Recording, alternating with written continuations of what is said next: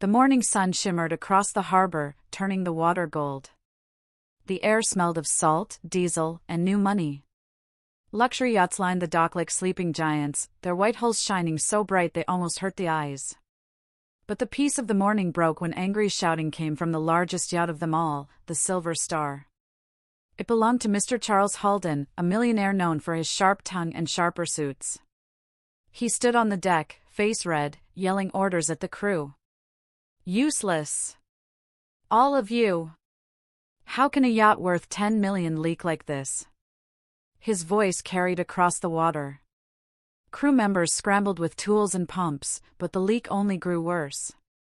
Water rushed in through a crack near the lower hull, flooding the storage deck. Halden's frustration boiled over. He kicked a toolbox, sending wrenches clattering across the deck. "Stop it! Stop the water! I want it fixed now!" Not far away, a quiet dockhand named Marcus wiped his hands on an old rag, watching the chaos. He was tall, with calloused palms and eyes that carried calm even in noise. He had worked these docks for years, fixing small boats, tying ropes, carrying crates. To the rich yacht owners, he was invisible, just another laborer. But Marcus had seen ships fall apart and come back to life under his hands. When he saw how the crew struggled, he knew they were doing it wrong. He took a few slow steps closer. "Sir," he called out in a steady tone. "If I may, I think I can stop the leak." Every head turned toward him. For a moment, silence filled the dock. Then, laughter broke out. Halden turned, scanning Marcus from head to toe, his worn clothes, his old boots, the grease stains on his shirt. "You?" Halden scoffed, eyes flashing with mock amusement. "You think you can fix this? My engineers can't do it, and you believe you can?" The crowd chuckled, enjoying the show. Marcus didn't flinch. "I can," he said quietly. "If I fail, you lose nothing. If I fix it, maybe just a handshake for honesty." Halden smirked, tilting his head. Then an idea, cruel and proud, crossed his mind. "A handshake?" "No," he said loudly so everyone could hear. "If you stop that leak, I'll give you the whole yacht." Gasps rippled through the crowd. One of the deckhands laughed nervously. "Sir, you can't be serious," but Halden waved him off, grinning. "Why not? Let's have some fun. Go ahead, Dockhand. Fix the yacht and take it home. If you can." His laugh echoed across the dock, rich, loud, and dripping with arrogance. Marcus nodded once, his expression calm as still water. "Your word, sir?" he asked softly. Halden shrugged. "My word." Marcus stepped aboard. The crew stepped back, whispering to each other. He carried no fancy tools, only a small pouch of metal patches and a worn wrench, tools from another time. He crouched near the lower hatch, where water poured in. The sound of the rushing leak filled the air. For a moment, everyone thought he would fail immediately. But Marcus moved with quiet focus, his hands steady. He felt the hole with his fingers, tracing the edges of the crack. He muttered something under his breath, maybe to himself, maybe to the ship. He pulled a thin strip of metal from his pouch and pressed it against the hole. People began to murmur. "What's he doing? That'll never work. He's wasting time." Halden crossed his arms, tapping his shoe impatiently. But then something strange happened. The water slowed. The gurgling sound softened. Marcus twisted the wrench, tightening a bolt, his movements precise and sure. Within minutes, the flood began to stop. The crew fell silent. Only the sound of Marcus's wrench turning echoed. He looked up and said, "You might want to turn off the pump now. It's not needed." Halden blinked. "What?" The head engineer hesitated, then switched off the machine. Everyone waited. The water stayed still. The leak had stopped. Gasps swept across the dock. One of the crew whispered, "It's impossible." Another muttered, "He actually did it." Marcus stood slowly, wiping sweat from his brow. He didn't look proud or angry. Just calm. "It's done," he said quietly. "You might want to check your bilge valves next time." The crack started from inside pressure, not outside damage. Holden stared at him, speechless. The laughter that had once filled the dock was gone now, replaced by stunned silence. The millionaire's smirk had faded, his confidence slipping away. He looked at the patch, then back at Marcus. How did you know?" he finally asked. Marcus smiled faintly. "Because I helped build yachts like this once. Before the shipyard closed." Something cold passed across Holden's face. He remembered that shipyard. He had bought it years ago, laid off hundreds, and sold the land for profit. He looked at Marcus again, really looked, and for the first time recognized him, one of the men he'd left behind. The realization twisted in his chest like a knife. The crowd started to whisper again. He used to work for Holden's company? No wonder he knew. The man fixed it in minutes. Marcus took a slow step back, ready to leave. "You don't owe me the yacht," he said softly. "Just keep your promise next time before you laugh at someone."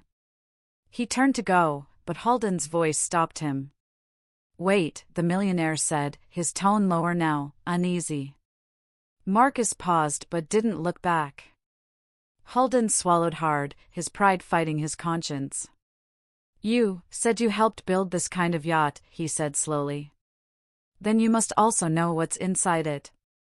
Marcus turned slightly, frowning. "Inside it?" he repeated. Holden's eyes flicked toward the lower deck, where the leak had been. His face had gone pale. "Yes," he muttered, almost to himself. "Inside it." For a moment, their eyes met, the worker who had nothing and the man who had everything to hide. Marcus tilted his head, sensing the tension in Holden's tone.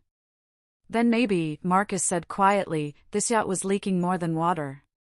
The wind carried his words across the dock. People looked at one another, confused. Holden said nothing.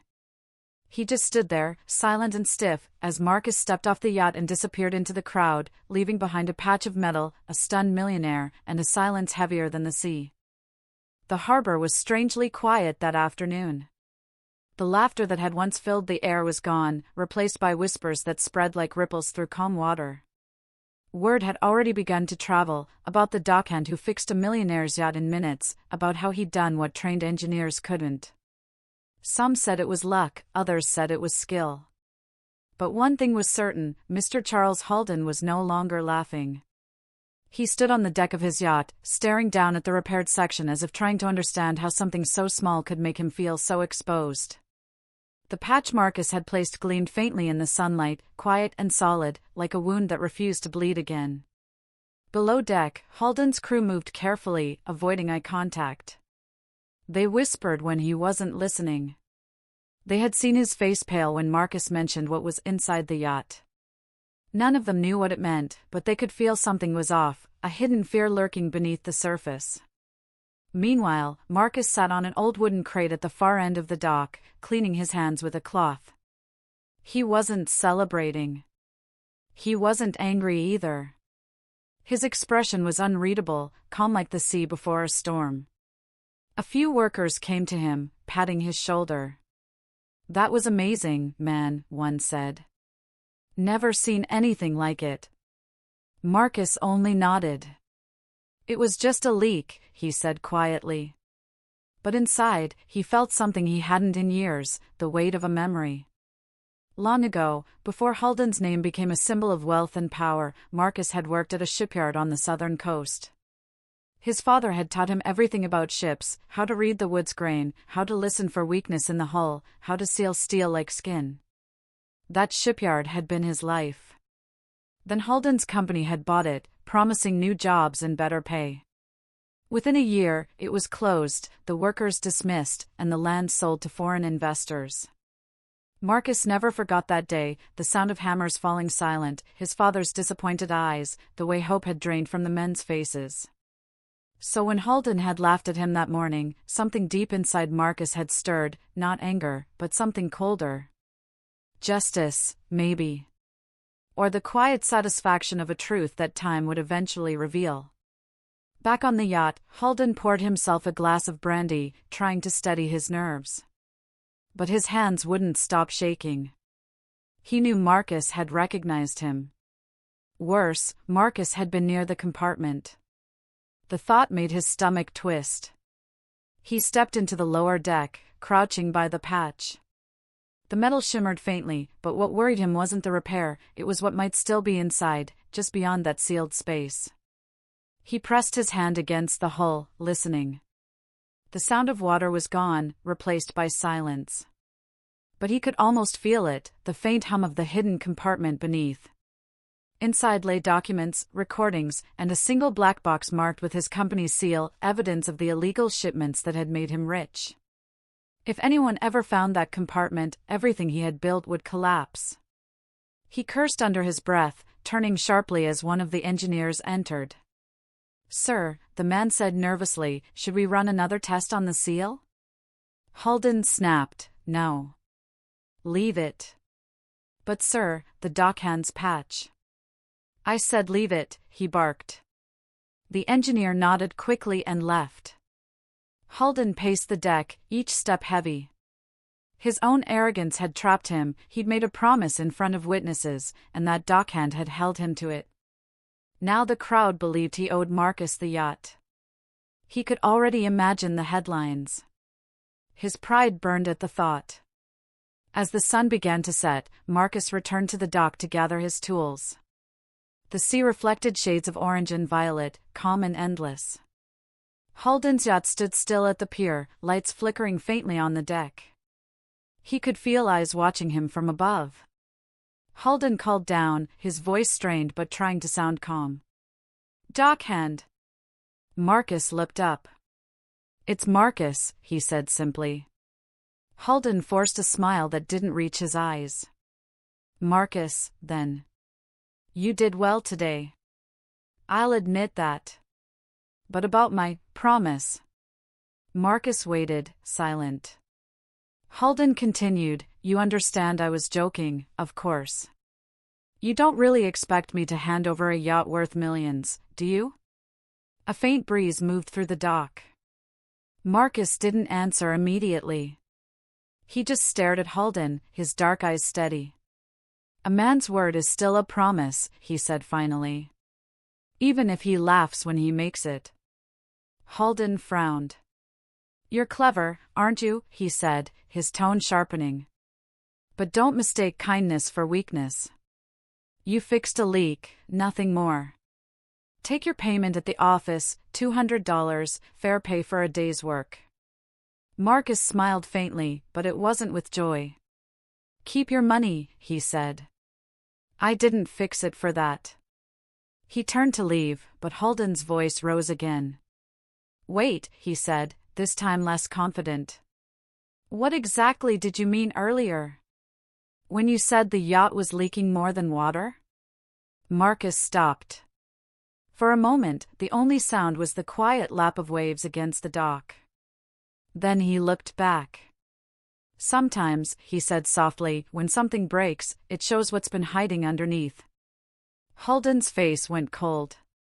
Marcus gave a small nod and walked away, his footsteps fading into the distance. That night, Halden couldn't sleep. He stood by his window overlooking the harbor, staring at his yacht glowing under the moonlight. Every creak of the dock, every whisper of the sea made him uneasy. The words kept echoing in his mind, leaking more than water. Down at the dock, Marcus sat by the edge of the pier, the night breeze brushing against his face. He thought about his father, about the old shipyard, about promises broken by rich men who believed they could never sink. He didn't know yet what Halden was hiding, but he felt it, something dark was trapped inside that yacht, something that wanted to come out. As the moonlight shimmered across the harbor, a faint metallic sound came from the direction of the Silver Star, a low, hollow thud, like something shifting inside the hull. Marcus lifted his head slowly, eyes narrowing toward the yacht. Whatever was inside that vessel, it was awake now. The next morning dawned with heavy gray clouds rolling over the harbor. The calm water now looked darker, heavier, as if it carried secrets of its own. The silver star floated quietly, but the stillness around it didn't feel peaceful. It felt tense, like the silence that comes before a storm. Crew members worked nervously on deck, speaking in whispers. No one dared talk about what happened the day before, but everyone thought about it. The millionaire's laughter had faded, replaced by something else in his eyes, fear. Marcus arrived early as usual. His old jacket was damp from the sea breeze, and his toolbox clanked softly as he walked down the wooden dock. He didn't plan to see Halden again. His job was done. But something about that yacht kept tugging at his thoughts, that strange tone in Halden's voice, the way he'd gone pale when Marcus mentioned what was inside. Marcus had worked with ships his entire life, and he knew that tone well. It was the sound of guilt. When he reached his usual spot, he noticed two men in black suits near the yacht. They weren't workers. They stood too straight, too still, their eyes always watching. Halden appeared soon after, dressed perfectly as always but looking tired, his jaw tight. He spoke to the men quietly, pointing toward the lower deck. They nodded and went below. Marcus frowned. Something was happening. Halden spotted Marcus across the dock. For a second, his expression froze, then he forced a smile that looked rehearsed. "Marcus," he called out. "Good morning." Marcus stopped but didn't move closer. "Morning, sir." "About yesterday," Halden said, his tone too light to be genuine. "I've been thinking. Maybe I was too harsh. You did good work. Would you like to take another look today? Just to make sure your patch holds?" Marcus hesitated. Every instinct told him to walk away, but curiosity won. He nodded slowly. "All right." Halden's smile widened a little. "Good. Come aboard then." When Marcus stepped onto the deck again, the same quiet tension filled the air. The crew avoided looking at him. The two men in suits had disappeared below, but he could feel their presence somewhere inside. Halden followed behind, his polished shoes echoing against the wood. "Down here," he said, gesturing toward the maintenance hatch. Marcus knelt beside the patched area he'd fixed. It looked strong, dry, perfect. But as he pressed his palm against the metal, he felt a faint vibration beneath. Like something humming softly inside the hull. He frowned. "There's movement under here," he said quietly. "You storing something?" Halden stiffened. "Just equipment," he said too quickly. Marcus looked up at him, sensing the lie. If there's something sealed inside, it could cause pressure again. That's how the leak started. Halden crossed his arms. "Just fix the seal, Marcus. That's all I asked." Marcus nodded slowly, but his eyes didn't leave Halden's face. Then, with steady hands, he reached for his wrench and loosened one of the bolts near the patch. Immediately, a faint hiss escaped, not of water, but of air, trapped and stale. A smell followed it, sharp and metallic. Halden's tone hardened. "Stop." Marcus froze. "There's something in there, isn't there?" "I said stop." Halden's voice was firm now, cold. Marcus looked at the seal again. The vibration under the hull grew stronger, pulsing faintly. Whatever was hidden inside wasn't just cargo. He could feel it. "You said I could fix the leak," Marcus said quietly. "You didn't say what not to touch." Halden turned toward the upper deck, signaling to someone. Footsteps echoed, heavy ones. The two men in black suits appeared, walking down the narrow stairs. Marcus glanced up at them and understood instantly. These weren't workers. They were enforcers. The taller one spoke first. "Mr. Halden asked you to leave, sir." Marcus stood slowly, his wrench still in hand. "So this is what it's about," he said softly. "You're hiding something in there." Halden glared at him. "You don't know what you're talking about. Now leave." But Marcus wasn't the type to back down when something felt wrong. "You built this yacht to impress everyone," he said, his voice calm. "But you forgot one thing, sir, the sea doesn't care how rich you are. It shows everything that's hidden." Halden's jaw tightened. "Get him out." The two men moved forward, but before they reached him, Marcus twisted the final bolt. The panel shifted slightly, and with a low metallic groan, it opened just enough to reveal what was inside. The men froze. Halden's eyes widened in panic. Inside the hidden compartment was a sleek black container, about the size of a small trunk, sealed with warning symbols and a tag bearing Halden's corporate logo. But that wasn't all. Around it were smaller cases, filled with metallic cylinders, illegal storage units used for smuggling restricted tech. Marcus had seen them before, back at the shipyard, before Halden shut it down. The taller guard lunged forward, slamming the hatch shut, but it was too late. Marcus had seen everything. The truth was out, at least to him. Halden's voice trembled with anger. "You've just made a mistake, Dockhand." Marcus looked at him, calm and fearless.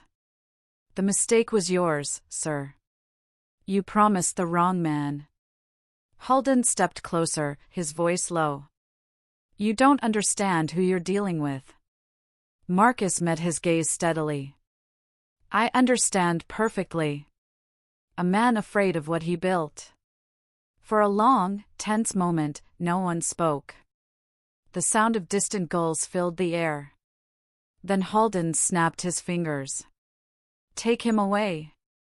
The guards grabbed Marcus by the arms, but he didn't fight. He just looked back once more at the sealed hatch and said quietly, "You can cover a leak, Mr. Halden. But you can't stop the truth from rising." They dragged him off the yacht, throwing him roughly onto the dock. Halden didn't watch. He just turned away, his face pale, his breath unsteady.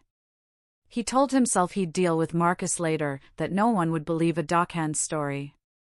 But deep down, something inside him knew the tide had already turned. Marcus sat up slowly, wincing but still composed. He stared at the yacht, its white hull gleaming under the gray sky. Somewhere beneath it, secrets slept, for now. But he had seen them, and he wasn't going to forget. As the yacht pulled away from the dock, Marcus whispered under his breath, "Let it sail. The truth floats better than lies." And though the storm clouds gathered above, Marcus didn't move. He just watched, waiting. Because he knew, sooner or later, the sea always gives back what men try to hide. By nightfall, the harbor had turned cold and restless. The air was thick with mist, and the water reflected the pale glow of the dock lights like broken glass. The Silver Star was gone, moved to a private section of the marina under armed watch. People whispered about it in hushed tones, some said it was under repair again, others said the Millionaire had something to hide. Marcus, bruised and silent, sat on the edge of the dock where it had once been anchored. He hadn't gone home. His mind kept replaying the moment the panel opened, the glimpse of that black container, and the fear in Halden's eyes. He had seen guilt before, but this was something darker. He rubbed his sore shoulder, where one of Halden's guards had grabbed him, and stared at the sea. Every instinct told him to forget it, to walk away before trouble followed. But Marcus wasn't built that way. He couldn't ignore a secret that big. He knew the law would never listen to a Dockhand's word against a Millionaire's, but truth had a way of surfacing, just like oil on water. At Halden's private berth, things were far from calm. The Millionaire paced the deck, phone pressed to his ear, his voice low and tight. Yes, he saw it. No, I don't think he understood everything, but he saw enough. I'm handling it. His jaw clenched as the person on the other end replied. No, it can't be moved tonight. It's too risky. If anyone checks the hull again, we're finished. He hung up and turned toward his security chief. No one gets near that compartment, he ordered. No one. Especially that Dockhand. The guard nodded and left to tighten security. But even as Halden said the words, a chill ran through him. Marcus's calm face haunted his thoughts, that steady gaze, those quiet words, you can cover a leak, but you can't stop the truth from rising. Hours later, the rain began. Thin at first, then harder, until the dock shimmered with running water. Marcus stayed where he was, letting the rain wash away the salt and dirt. He had made a choice. He picked up his toolbox and walked toward the far end of the harbor, where an old fisherman named Eli worked nights. Eli had been like a mentor once, the kind of man who knew the sea's moods better than the weather report. Marcus found him sitting under a tarp, mending a net. "You're still out here?" Eli asked, squinting through the rain. "Heard you gave the rich man a scare." Marcus managed a tired smile. "Something like that." "You ever see a man protect a ship like it was his own secret?" Eli raised an eyebrow. "Halden?" Marcus nodded. "There's something inside that yacht. Not cargo. Something worse. When I opened a panel, he nearly lost it." Eli's hands stilled. "You planning to do something about it?" Marcus looked out at the gray sea. "He promised me that yacht," he said, half smiling. "Maybe it's time I collect what I'm owed." The next morning, the storm broke fully. Strong winds lashed the harbor, and waves crashed against the docks. Halden's yacht, anchored far from shore, rocked violently against the wind. He had refused to leave it, refused to show weakness, even to nature. But as the storm grew, the yacht's sensors began to fail. Lights flickered. Then came a sharp alarm. One of the crew shouted, pressure build up in the lower deck. Halden rushed below, heart racing. The patch Marcus had made was holding, but just above it, the hull had started to bulge, right over the hidden compartment. The black container rattled inside, the seal vibrating with each wave's impact. One of the engineers yelled, "Sir, it's destabilizing." "Hold it down." Halden barked. "Use straps, anything." "It's not safe, sir." "Just do it." The engineer obeyed, but as he leaned over, a loud crack split the air. The hull shifted slightly, and a thin stream of dark liquid began to leak from the compartment's edge. Not water this time, something thicker, metallic, unnatural. The smell was sharp, chemical. Halden's face turned white. "Seal it," he shouted. "Now!" They worked frantically, trying to close the panel, but the leak spread faster than they could move. Panic rippled through the crew. The smell burned their throats. Whatever was inside those containers, it wasn't safe, and it wasn't supposed to be there.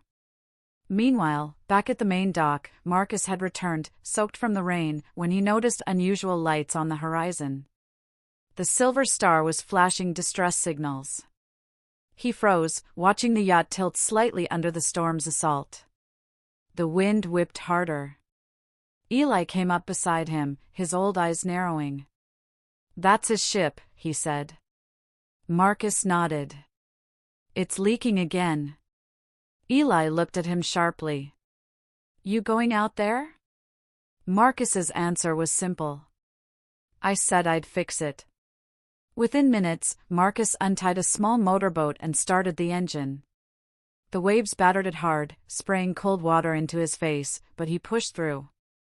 Lightning flashed, showing glimpses of the Silver Star in the distance, massive, beautiful, and trembling.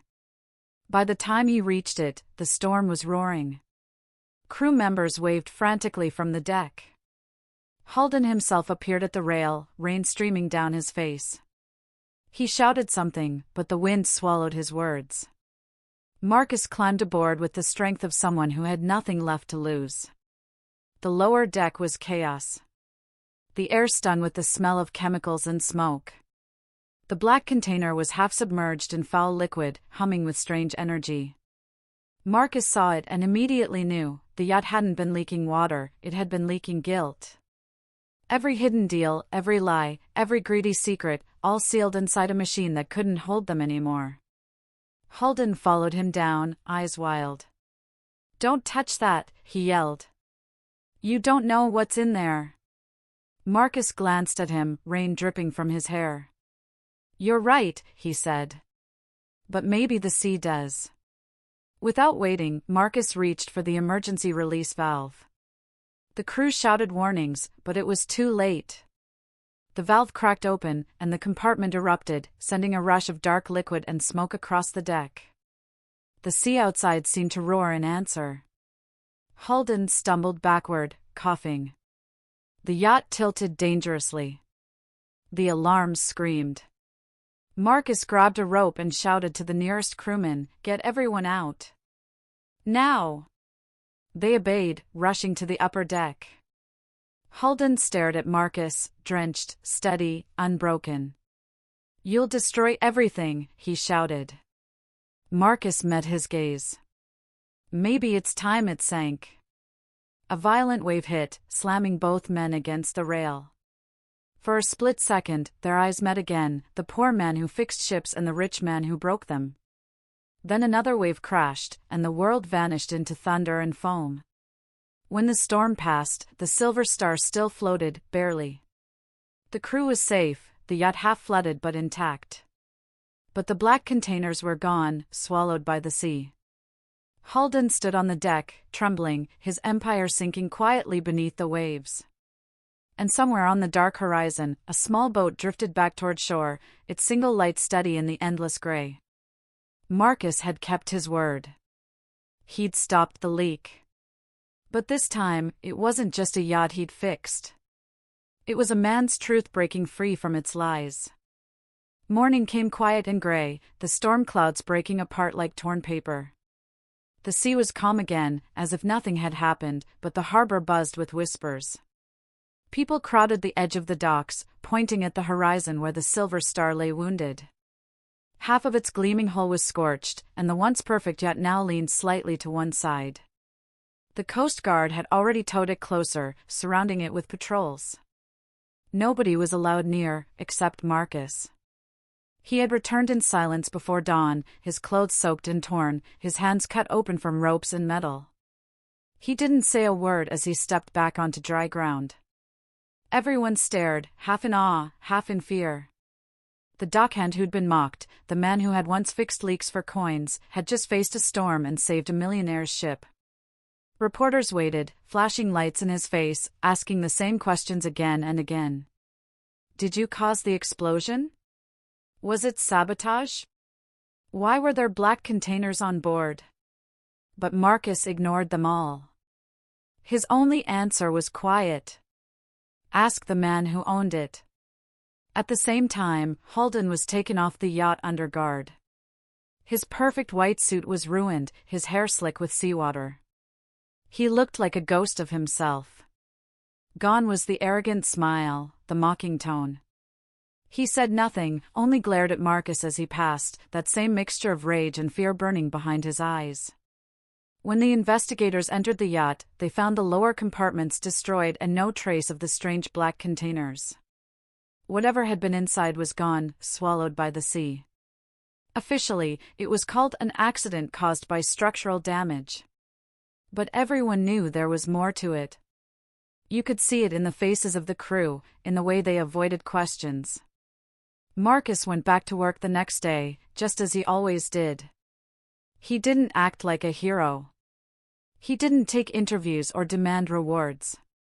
He simply picked up his tools, checked the ropes, and walked along the wooden boards of the dock. But people treated him differently now.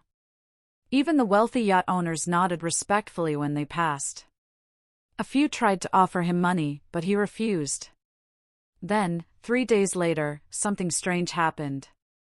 A sealed envelope arrived at the harbor office with Marcus's name written in neat golden ink. No sender. No return address. Inside was a single key, engraved with the word promise. Marcus turned it over in his rough hands, puzzled. Eli, watching from across the room, frowned. That's no regular key, he said. Looks like it belongs to a ship. Sure enough, when Marcus went down to the private berth where the damaged Silver Star now sat, the guard stepped aside. "Mr. Halden requested you," one of them said quietly. "He's waiting inside." Marcus hesitated, then climbed aboard. The yacht was quieter than he remembered. The smell of burnt metal still lingered. He found Halden sitting in the main cabin, wearing simple clothes for the first time, no suit, no jewelry, no arrogance. Just a man, tired and older than his years. "I wasn't sure you'd come," Halden said. Marcus folded his arms. "I almost didn't." Halden gave a bitter smile. "I suppose I owe you more than a thank you." "You owe the truth," Marcus said softly. "That's all I came for." Halden nodded slowly and poured himself a drink. His hand trembled slightly. "You want to know what was inside those containers? Fine. It wasn't gold. Not weapons either. It was waste, industrial toxins from one of my factories. We were supposed to dispose of it legally, but the costs were inconvenient." He laughed, a hollow sound. "So I paid to have it hidden and dumped far out at sea. But it started leaking, and that's when I brought the Silver Star here. I thought it was just a small repair." Marcus's jaw tightened. "You were poisoning the ocean." Halden looked away. "I was protecting my profits. That's what I told myself. But when you opened that panel and saw that black liquid, I realized what I'd done. I wasn't fixing a yacht anymore. I was watching everything I built rot from the inside." Silence filled the room. The sound of the waves outside was faint and steady. Finally, Halden set down his glass and pushed a document across the table.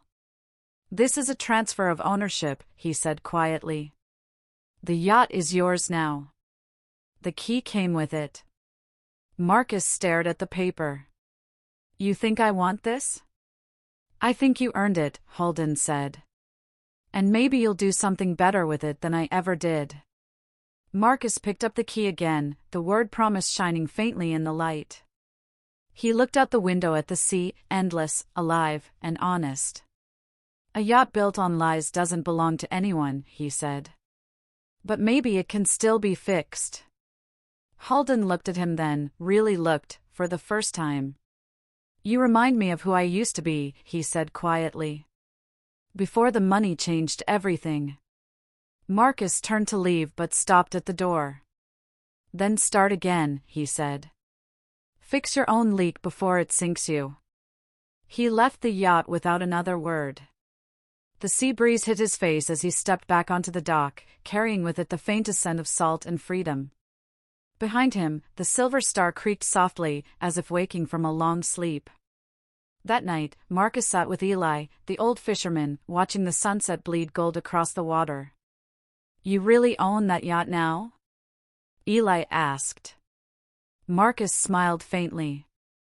"Maybe. Or maybe it owns me. I'm not sure yet." Eli chuckled. "Whatever you do, son, don't let it change you. The sea's full of rich men who thought they were unsinkable." Marcus nodded, eyes still on the horizon. "Then I'll stay where I belong, on the dock. The sea doesn't need more owners. It needs caretakers." As the sun slipped beneath the waves, the Silver Star gleamed in the distance, repaired but forever changed. And so was Marcus, the man who had once been laughed at, now holding a promise forged from truth, storms, and salt water. But deep beneath the calm sea, where the black containers had vanished, something else stirred, something that hadn't been destroyed by the storm. And soon, it would rise again. Days passed in strange silence. The Silver Star sat in its berth, gleaming faintly under the sun, like a ghost trying to look alive. Halden rarely appeared on deck anymore. He had become a recluse in his own creation, sitting in the cabin and staring out at the endless blue that had once obeyed him. The harbor had grown used to whispers about him. Some said he'd gone mad, others claimed he was leaving for good. Only Marcus knew the truth. The storm hadn't broken the man, it had exposed him. Marcus went back to work repairing smaller boats, cleaning engines, and earning honest pay. Yet sometimes, when he looked out to sea, he felt a pull he couldn't explain, a sense that something wasn't finished. The ocean didn't forget. It never did. And in the quiet hours before dawn, when the world was still, he swore he could hear faint echoes from beneath the water, like metal shifting, or a heartbeat coming from the deep. Then one morning, Eli came running down the dock, his old boots slapping the wet planks. "Marcus," he shouted, pointing toward the outer harbor. "You better see this." Marcus turned. Out on the open sea, something massive was drifting toward the coast. It was half submerged, black and glistening, wrapped in seaweed. At first glance, it looked like wreckage, but as it neared, the shape became clear. One of the containers. The same kind he had watched vanish during the storm. Within an hour, the Coast Guard had surrounded the object, towing it toward the inspection pier. The officials wore hazmat suits, their faces hidden behind masks. Even from a distance, Marcus could smell the acrid tang of chemicals in the air. It was the same poison that had seeped from Holden's yacht, the same secret that had started it all. He watched silently as they secured the container. Then a man in uniform approached him. "You Marcus Hale?" Marcus nodded. The officer handed him a sealed folder. "You've been listed as an official witness for the Silver Star incident. Mr. Holden mentioned your name. Said you might be able to help us understand what happened out there." Marcus frowned, opening the folder. Inside were photographs, grainy, taken underwater. They showed the broken remains of several other containers deep below the surface, resting on the ocean floor. But in the final picture, one of them wasn't broken. It was glowing faintly from within, as if something inside was alive. "What's that light?" Marcus asked. The officer's face hardened. "We don't know. But whatever it is, it's spreading." Later that evening, Marcus went to see Holden. The man looked worse than before, his skin pale, his hands shaking.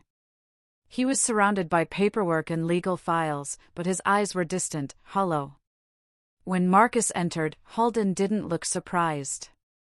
"You saw it, didn't you?" he said quietly. "The container." Marcus nodded. "One washed up. It wasn't empty." Holden let out a slow, broken sigh. "I was afraid of that. Those weren't just chemical waste, Marcus. There was something else mixed in. A prototype. Something they were testing at my research division. Self-replicating biomaterial meant to consume toxins and purify them. But it didn't stop there. It kept growing." Marcus felt a chill crawl up his spine. "You dumped it into the ocean?" Holden's eyes flicked up, full of shame. "It was supposed to dissolve. But it adapted. When you opened that panel and let seawater in, it must have spread faster than any of us realized. Now it's waking up." For a long moment, neither man spoke. The sound of the waves outside was calm, almost mocking. "What do you want me to do?" Marcus finally asked. Holden looked at him helplessly. "You've faced it before. You're the only one who knows how to get near it and come back alive." Marcus gave a bitter smile. "You think this is something I can fix with a wrench?" Holden's voice broke. "You're the only man I trust to try." That night, under the silver glow of the moon, Marcus set out again, this time not to repair, but to confront whatever the sea had returned. He took a small research vessel, one lent by the Coast Guard, fitted with sonar and underwater lights. Eli stood on the dock watching him go, worry carved deep into his face. "Be careful, boy," he said. "The sea gives back what it wants to, nothing more." Marcus nodded, gripping the wheel tightly. If it brought this back, maybe it's trying to warn us. As he approached the coordinates marked in the folder, the water began to change. It shimmered faintly under the lights, the surface rippling with strange patterns that moved against the current. The sensors started to flicker. Then came the first hum, low and deep, like the ocean itself was breathing. Marcus peered over the edge, his heart pounding. Beneath the water, he saw faint blue shapes pulsing in the dark, like living veins spreading through the deep. And at their center was one of the black containers, cracked open, light spilling from within like liquid fire. He turned on the ship's recording equipment and spoke softly. "This is Marcus Hale, reporting from Grid 49. The containers aren't just leaking chemicals. They're alive." Then something moved. A shape, rising slowly from the deep. At first, it looked like coral or seaweed, but it wasn't. It twisted and shifted, forming into something almost metallic, almost breathing. It wasn't human. It wasn't machine. It was both. Marcus stepped back, eyes wide. Oh, no. The ocean erupted. A column of water shot up beside the boat, rocking it violently. He scrambled to stabilize the vessel, gripping the controls as waves slammed against the hull. For a split second, he saw it clearly, a dark, glistening mass rising higher, glowing from within, like the sea itself had grown eyes. And then, just as quickly, it sank again, leaving only ripples behind. Marcus sat there, drenched, shaking, staring into the black water. Whatever that thing was, it wasn't gone. It had only gone deeper. By the time he returned to the harbor, dawn was breaking. Holden was waiting, pale and sleepless. Marcus climbed out of the boat and looked him in the eye. "You didn't just poison the sea," he said. "You woke something up." Holden's face went cold. "What did you see?" Marcus hesitated, remembering the living light beneath the waves. "Something that doesn't want to stay buried."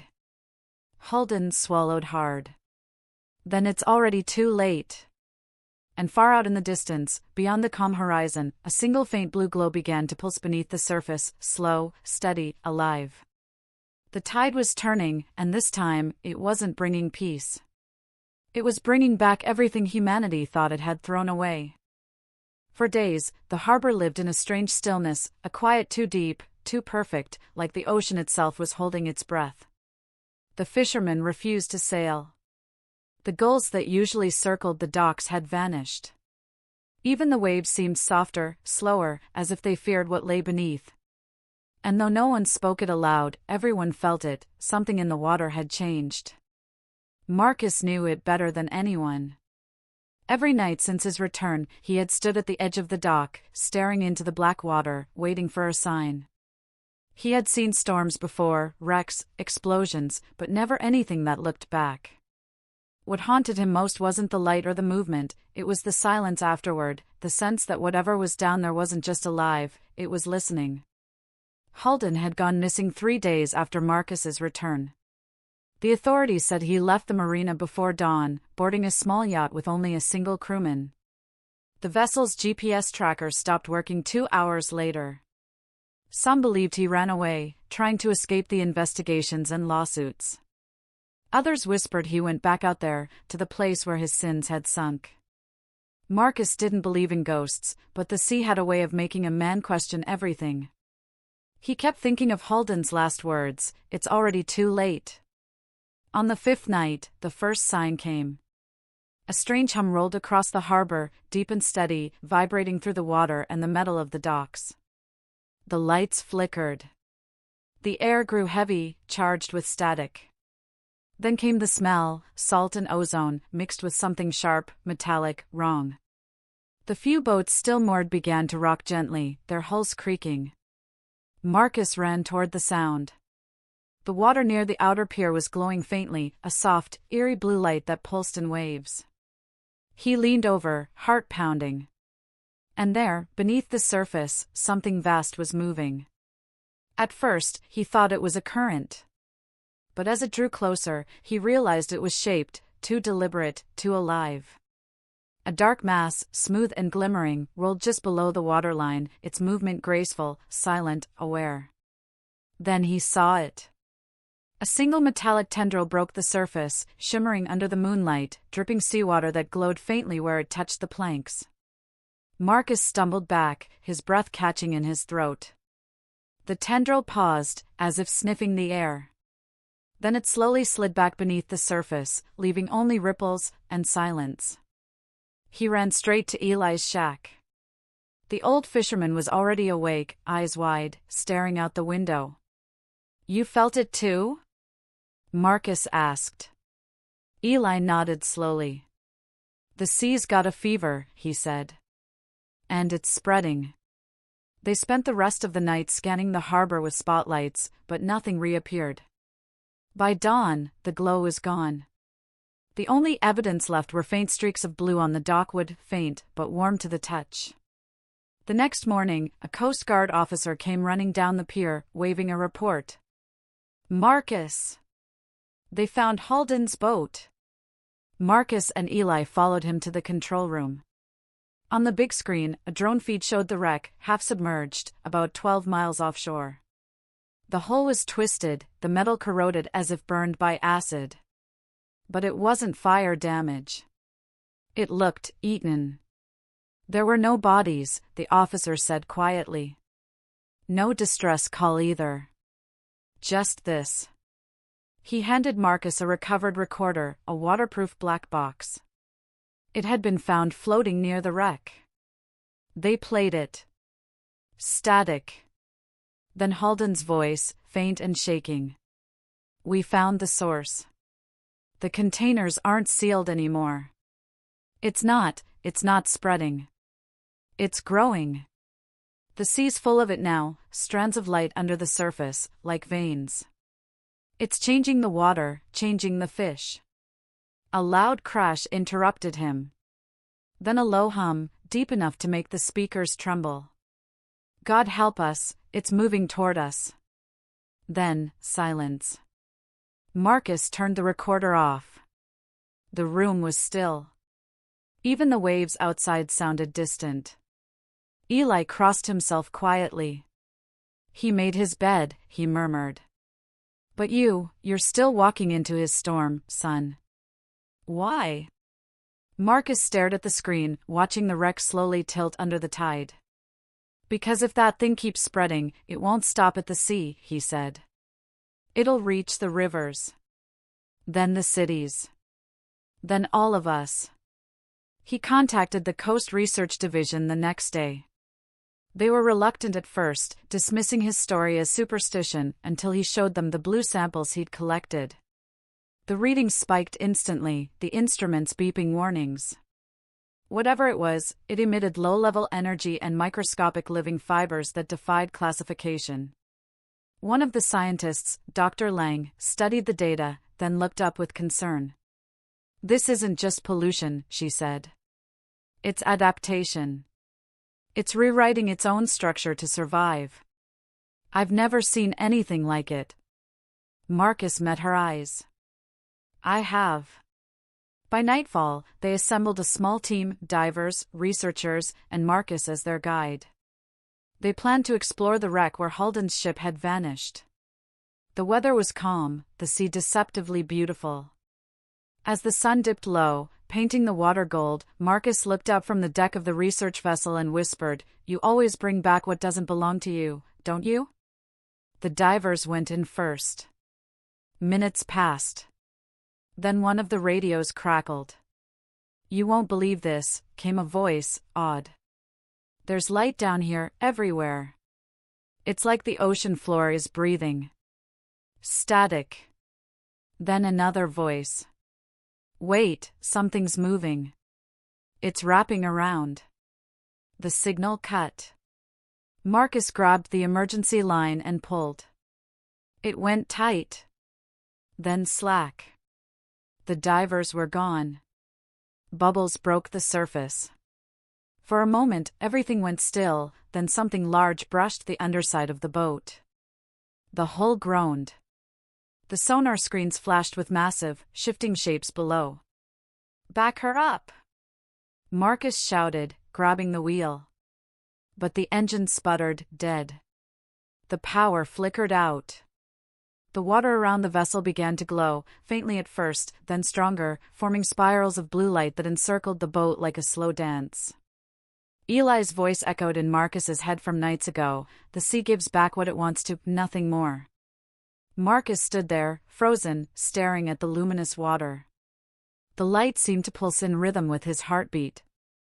Then, from the depths, something rose, not a creature, not entirely. It was part metal, part living tissue, glimmering like oil and silver. The ocean was alive. And it remembered the man who had once dared to fix its leak. When the boat finally broke free of the glow, the team found themselves drifting miles off course. The sea behind them was dark again, calm, as if nothing had happened. But Marcus knew better. That hum, that slow, endless vibration, had followed them all the way back. He looked over the rail one last time. Just before dawn, far below the waves, a single glowing tendril curled upward, almost tenderly, then slipped back into the deep. The sea wasn't done with him. Not yet. The morning after the dive, the world looked too normal. The sunlight danced on the waves. Boats bobbed gently in the harbor. Seagulls returned to the air, their cries sharp and familiar. To everyone else, it was just another day by the sea. But to Marcus Hale, the quiet was a lie. He hadn't slept since that night. The sound of the humming still pulsed faintly in his ears, a rhythm that matched his heartbeat. Sometimes, when he closed his eyes, he saw flashes of blue light beneath the water, veins stretching across the ocean floor, spreading farther, faster, alive. The scientists had refused to speak about what happened. The official report labeled it an equipment malfunction. 3 divers were missing. No one dared say what they had really seen. But Marcus knew the truth, the sea was changing. Eli found him standing at the edge of the dock that morning, staring into the horizon with tired eyes. "You've been out here since before dawn," the old man said quietly. Marcus nodded. "It's spreading, Eli. I can feel it. The ocean doesn't breathe the same anymore." Eli sighed, setting down his coffee. "You can't fix the sea, boy." Marcus's lips curved in a faint, sad smile. "Maybe not. But someone has to try." Later that day, Marcus met with Dr. Lang in a quiet office overlooking the harbor. The blinds were drawn, the room heavy with unspoken fear. She slid a file across the table. Inside were satellite images, glowing blue threads weaving through the world's oceans like veins of fire. "We traced the samples," she said. "It's moving with the currents, spreading faster every day. Within months, it'll touch every coastline." Marcus stared at the images. "You think it's hostile?" Lang hesitated. "It's not attacking. It's adapting. Feeding on waste, absorbing pollution, cleaning water faster than any system we've ever seen. But it's also spreading beyond control. It's not asking permission." Marcus frowned. "So, it's fixing the sea its own way." Lang met his gaze. "Or rewriting it." A silence fell between them. Outside, a ship's horn echoed faintly, a reminder of how small they were against the vastness of the ocean. Finally, Lang spoke again. "If it keeps evolving, we might lose more than control. We might lose the sea itself." Marcus leaned back, staring at the photographs. "Maybe that's the point," he said softly. "Maybe it's the sea's turn to fix us." That night, the humming returned, louder, clearer. The water near the dock glowed again, brighter this time, rippling with light like liquid electricity. People gathered, pointing, whispering. Phones came out, cameras flashed. But the light didn't fade. It spread across the harbor, rising and falling like a heartbeat. Marcus stood among the crowd, silent, eyes fixed on the water. He felt the vibration in his chest, the pulse of something vast and knowing beneath the waves. He stepped forward, ignoring the warnings, and knelt at the edge. The glow reached toward him, not violently, but gently, like a hand offering peace. The dock beneath him hummed faintly. For a moment, he felt warmth instead of fear. Images flickered in his mind, the storms, the wrecks, the containers. He saw Halden's face again, desperate and guilty. Then he saw the sea swallowing the black waste, dissolving it, turning poison into light. It wasn't destruction. It was transformation. Marcus whispered into the wind, "You're not punishing us, are you? You're healing yourself." As if in answer, the water shimmered brighter. Then a single tendril of blue rose from the surface, curling like a ribbon of light. It touched his palm, leaving behind a faint mark, a glowing thread that sank slowly into his skin. The crowd gasped, but Marcus didn't move. He felt calm, as if the sea had spoken a truth only he could understand. Moments later, the light dimmed, sinking back into the depths. The harbor returned to its normal darkness. But when Marcus looked down, the faint glow still pulsed beneath his skin, in rhythm with the tide. The next morning, the scientists called it a biochemical anomaly. The media called it the miracle current. But Marcus knew better. It wasn't a miracle, it was a reckoning. The sea wasn't taking revenge. It was rewriting what it meant to be alive. Days turned into weeks. The world's oceans began to change visibly. Polluted waters cleared overnight. Dead reefs glowed faintly in the dark, teeming with new life. Ships reported strange electromagnetic readings, and in some places, waves formed patterns like breath, slow, rhythmic, alive. The government scrambled to contain it, but it was too late. The transformation had already begun. Dr. Lang sent Marcus one final message. The organism has integrated with the water cycle. It's entering rain clouds. The sky is next. Marcus stood once again on the dock where it all began. The air smelled fresh, clean, alive. He could see faint blue ripples beneath the surface, like the sea was smiling. Eli joined him, eyes full of both awe and fear. "It's everywhere now," he murmured. "There's no stopping it." Marcus nodded slowly. "Maybe we were never meant to." As the sun sank into the horizon, the ocean began to glow softly, stretching from shore to shore, a living, breathing entity reborn. The world had poisoned it, buried secrets in its depths, and it had answered not with anger, but with rebirth. Marcus closed his eyes, feeling the hum one last time. It wasn't threatening anymore. It was familiar. Comforting. The sea had chosen him, the man who once fixed a leak, to witness its final repair. When the first raindrops began to fall, they glowed faintly blue. Marcus smiled, whispering, "You kept your promise." And far out in the distance, where the light met the horizon, the ocean seemed to whisper back, low and endless, like laughter rolling through eternity. The yacht was gone. The storm was gone. But the sea would never forget.